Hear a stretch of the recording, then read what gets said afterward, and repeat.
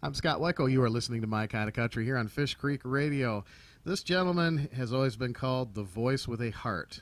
His musical career began as an upright bass player in the band of country singer Molly O'Day. He's later played with Lester Flatt and Earl Scruggs and Bill Monroe's band, and he is a founding member of the Country Music Association. He is a member of the International Bluegrass Hall of Fame and a member of the Country Music Hall of Fame, and he has a brand new album out, and we're here to talk with him today. Please welcome Mac Wiseman to My Kind of Country. Mac, how are you? I'm just fine, thanks, and I appreciate you thinking of me and giving me a chance to say hello to the folks who listen to your program. We are tickled to have you on the air, and it's wonderful to hear new music from you. I absolutely love your new album. I've been privileged to be able to hear it, and there's some wonderful songs on there. And it's called, tell me the title of it. Songs from my mother's hands. Now tell me the story of the notebook that your mom had with all the lyrics written in it.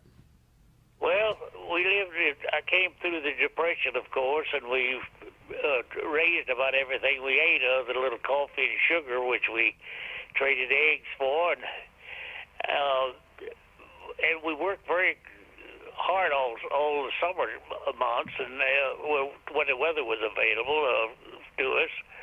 But in the wintertime, where it was too cold to work outside, she would sit in front of the old battery radio and doing her crocheting and darning and quilting and such as that. And she had this notebook laying on top of the radio with her pen, and most of the music was live back in those days, before the days of disc jockeys. So they would come on like 5 days a week and maybe some couple times a day. And when they'd come on, she'd write down like a few lines or a chorus or something like that, put the notebook back up, and a few days later they'd sing the same song, and she'd get a few more lines. And I have 13 of those spiral ring notebooks in her very legible handwriting that I just treasure with all my heart. Oh yeah, what a treasure! So it was kind of catch as catch can for her. She was writing down the lyrics as she heard them. That's right. Yeah, she with no sheet music or anything like that. She just copied them down when she heard them on the radio. Wow. So you chose songs from her notebooks to create this new album. Right, sure did. There's a couple in there, I think, that never been recorded. That most of them were songs that she copied down. She was a very great supporter of mine, and the songs she wrote down would be songs she thought maybe I'd like to sing. Wow, that's wonderful. I have some favorites on the album I wanted to ask you about. I think the one I like the best so far is the Old Rattler. Yeah. Now, well, that's an old novelty tune. I've known it all my life, and it was a kind of a show opener. We'd do up-tempo songs or novelty songs to kind of get on the good side of the audience as we do our live shows, and that's when we featured a lot. And a lot of other artists did as well, but I had a distinct pleasure on that, too. I went down and did one of those Sirius radio programs, and the Old Crow Medicine Show was there doing a program as well. So we did Old Rattler together. So I don't know whether it's played yet or not, but it's on there. Oh, that's great. Now there is a girl that you did a duet with on the song "You're a Flower Blooming in the Wildwood." Her name is Sierra Hall. Can you tell me about her? Well, I'm not that familiar with her background, but she's becoming very popular and has a fine little combo band, and I was very pleased to have her. She's a tremendous mandolin player and stays very, very busy. She had to schedule her schedule around mine to do that with me, and I was pleased about that. Well, that's fabulous. And some other great ones that I'm very familiar with: "Answer to the Great Speckled Bird" and "Will There Be Any Stars in My Crown?" Wonderful songs. Right. Yeah. So, of all these songs, how did you narrow down to choose these particular ones for this project? Well, mostly nostalgia songs that kind of feel like lamp lighting time in the valley, and the little comment I made about the stars of my crown was my paternal grandmother's favorite, and she'd stay with us some, and Mom would play it for her when she tucked her in at night, and then some of the others, Blue Ridge Mountain Blues, which applies to where I was raised up in the Shenandoah Valley, Virginia, right at the foot of the Blue Ridge Mountains, and so most of them have some nostalgia to me, or tie in with the theme of the thing, you know. And I must say, your voice is tremendously strong, and just so much soul you can hear on these songs when you listen to them. Well, thank you. I'm very pleased how my voice has held up, but so far so good, and I'm chasing Jimmy Davis. I was at Jimmy Davis's birthday party, his 95th birthday, and he recorded an album while he was in town. Oh, wow. Yeah. That's wonderful. I know he did a song with, recorded a duet with Merle Haggard not too awful long before he passed away, and he still sounded fabulous. Yeah. Well, speaking of Merle Haggard, I recently did an entire CD with Merle. You did? Tell me about that. Well, he called me when he worked the Ryman down here about a year and a half ago, and asked me if I'd be interested, and it took me about 30 seconds to say yes. But I assumed off the bat he'd want to do primarily his songs, and I was not opposed to that because he's had so many very strong songs, but he insisted on me doing 6 of mine and 6 of his. So I did old things like, I'm drawing a blank right now, but did Sweet to Be Remembered, and Vince Gill sang on the chorus of that with me, and then we did Hold Fast to the Right, and Keep on the Sunny Side of Life, Love Letters to Sand, Jimmy Brown, and wow, songs of that nature. And incidentally, Cracker Barrel has committed themselves. They want to take it and wanted to put it out like last week, but it'll be a few weeks before we get it out. And, oh, that's wonderful. Hey, that's wonderful news. I'm a big Merle Haggard fan. Most folks that listen to my show know that. And I actually had a friend of mine here that flew here from England, and he and I and another gentleman from Scotland have been working on Merle Haggard's complete worldwide discography for some years. And he flew here from England last week, and we finished it. And he flew down to Missouri this last weekend to give a copy to Merle. So. Yeah, he was in Tunica last week down at the casino down there. Yeah, so we're going to have another one to add to the list. Well, I would like very much to read that. I first met Merle in '57 when I was living in Hollywood producing records for Dot Record Company, and I went up to Bakersfield to record Bobby Bear, as a matter of fact, and Merle was up there, and he was very shy, introverted, but I remember that meeting and visiting with him quite a bit. Yeah. Well, one of the nice things that Merle Haggard has done, from my perspective, of course, I'm a little bit younger. I'm in my mid-40s, but I grew up and I was hearing Merle Haggard, and what he did is he released albums and tribute albums to Jimmy Rogers and Lefty Frizzell and Bob Wills. So it introduced me to their music, and then I went back and discovered their music, and so it kind of sounds like that's kind of what he's done here. It's going to introduce your music to a new generation with Merle Haggard bringing it to the forefront again, and I think that's wonderful. Well, I do too, and we're both quite visible. I just went into the Hall of Fame and got a lot of visibility and press on that, and Merle, of course, is stronger than ever, getting awards and stuff in California and around, and we just clicked off. We enjoyed each other's company, and we're very compatible, and it was just a pleasure rather, to record with him, and I'm so anxious for it to get out because I think we're going to have a lot of success with it. Oh, absolutely. Well, be sure to have him send it to us. We'll be happy to play it on the air for sure. Oh, okay. We'll do that for sure, yeah. And in the meantime, and it's unusual arrangement with Cracker Barrel. Usually they have to have about a 2-year exclusive contract before anyone else can put it out. But their budget was all taken care of for the whole 2015, and so they heard the CD and were very impressed with it. So we got it on a different thing, a vendor's license, so to speak, and so they could get it out right away, you see. But at the same time, we have the liberty of putting it on another label. So with their sanction and everything, so we are going to put it on another label as well to coincide with the release on Cracker Barrel. Oh, that's wonderful. That's wonderful. Well, I want to take just a little break here, and I want to come back and talk to you for just a few more minutes if you've got some time. Yes, sir. Help yourself. We're going to play Old Rattler. This is from Mac's latest album, Songs from My Mother's Hand, right here in My Kind of Country.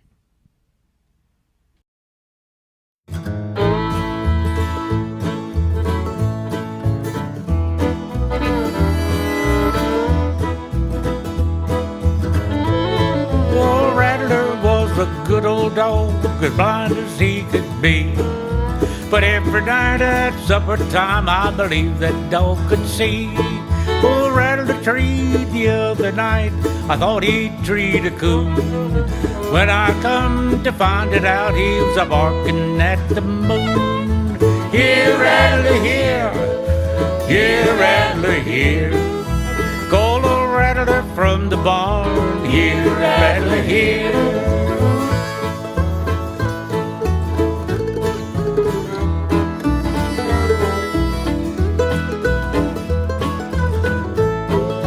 Grandma had a yellow hen, we set her as you know. Set her on 3 buzzard eggs, she hatched out 1 old crow. Climbed those Blue Ridge Mountains, they're 40 miles around. I think I'll buy me a chopping axe and cut those mountains down. Here, Rattler, here, here, Rattler, here.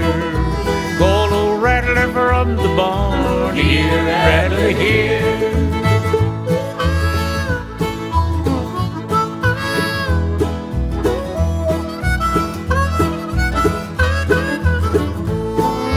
Grandpa had a muley cow, she was muley when she's born. Took a jaybird 40 years to fly from horn to horn. Now old Rattler's dead and gone, where the good dogs go. You better not act a dog yourself, or you'll be going there too. Oh, here, Rattler, here, here, Rattler, here. Call old Rattler from the barn, here, Rattler, here.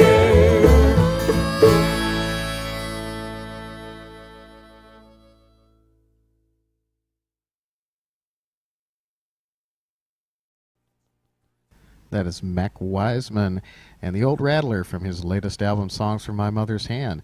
And Mac, we were talking about some other projects that you've worked on here recently. Tell me a little more about those. And did one with Charlie Daniels.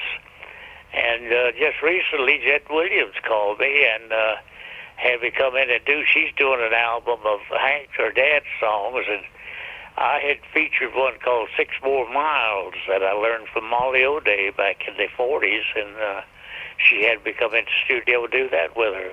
Oh, that's wonderful. Boy, you are staying busy. I really am, yeah. I've written my life story, too. We're shopping for a publisher for that right now, so... Well, I could just imagine. A lot of visibility for an old character. Yeah, I could just imagine. You must have a lot of great stories, and you are you're a pioneer right along with the Carter family and Bill Monroe and all these people, and you knew them, and you've come up through the ranks right along with them, and I'm sure there's a lot of wonderful stories to be told there. Well, they are indeed. It was the most successful turning point in country music, I think, and I've always contended some good comes out of all the bad. The greatest insurgence of country music happened during the Second World War. And that might sound a little odd, but we had the boys in the North and the boys from the South on ships together, the battlefields together, and they got the exchange of their music, and it became nation and worldwide because of that. And I enjoyed that. I rode in the back seat of the car with Uncle Dave Macon quite a bit and tasted his Jack Daniels with Wow. But Kirk McGee and people like that, and was one of the original Foggy Mountain Boys, and I did the last session on Columbia with Bill Monroe, and recorded the first 16 sides with Molly in Chicago, and played bass on them. My goodness. You were on Louisiana Hayride, too, right? Yeah, that's where I was when I recorded my first records for Don. Wow. And then On the Million Barn Dance in Richmond, and I was there 4 or 5 of my most successful years in the business I spent there. you had some great songs out. Jimmy Brown, the Newsboys, one of my favorites. Thank you. And my goodness, Scott, Leave It On Your Mind. I always liked the one, Johnny's Cash and Charlie's Pride. yeah, I was very pleased with that. And that little folk arrangement we did at Jimmy Brown, it'd been released a number of times by other artists, including Flat and Scruggs, and it's been kind of a bubbler, so to speak. It would get popular to a certain stage, but it never was a hit, you know. And so I changed the title. It was originally called Homestead on the Farm. No, that was Wonder How the Old Folks Are at Home. But I was doing a folk album, so I did that little folk arrangement of it, and the disc jockeys played enough out of the album that we released it. It was the most successful single I've ever had. Wow. Did Got you? over 250,000 hits on YouTube. That's amazing. Did you first record, or the first person to record the Ballad of Davy Crockett? No, I'm a catch-up fellow on that, but I wound up having one of the most prominent records on it. The young man who did it in the Disney movie was the first to have it out. Okay. And then Tennessee Ernie recorded it back when he had a 5-day live radio TV show. Oh, okay. And Cincinnati, a disc jockey, called me and said this will be a good one for you. So we jumped on it right away and got on a plane and hit all the major cities and promoted, and we caught up and carried the ball for quite a few markets. Wow. Well, I have always associated you with that song. The first version I remember hearing was you doing it, and I know it was a big hit for you. Yeah, that was kind of the history of its progress, you know. Well, can you tell me a little bit about, you are a founding member of the CMA, is that right? Yes, I was, and I'm the only living member of that original board of directors. And I was the first secretary and treasurer of that. And all the important businessmen in this town were on that, along with later on Jimmy Rogers, and not Jimmy Rogers, Gene Autry, rather, and Harold Moon from over there in Toronto, and Carter B. Gay was our first president, and Jim Denny, who had the agency here and who had run the Opry for a long time, D. Kilpatrick, just people of that nature, you know. Wonderful, wonderful. And you have the esteemed career, and you were a member of 2 Hall of Fames, the Bluegrass and the Country Music. Right, and I've been very fortunate to have statewide Hall of Fame honors in a number of other places, like Virginia. I got 2 from the state of Virginia. Wow. And several other places as well, but drawing a blank. Well, it's certainly well deserved, and my Thank goodness, you, sir. what a stellar career, and so many great songs. And we are very proud of your new album. We're happy to play it on our show, Songs from My Mother's Hand. And I want to thank the folks at Wrinkled Records for setting up our interview. They're very nice folks, and it was a very special honor for me to have you on the show. And well, it's my honor and pleasure, and they are a most outgoing and promotion-minded label. I've been on a number of different labels throughout my career and recorded over 800 songs, and I've never had the promotion that these people have put on this thing. I've done interviews with people in the Netherlands and England and all over Canada, the United States, and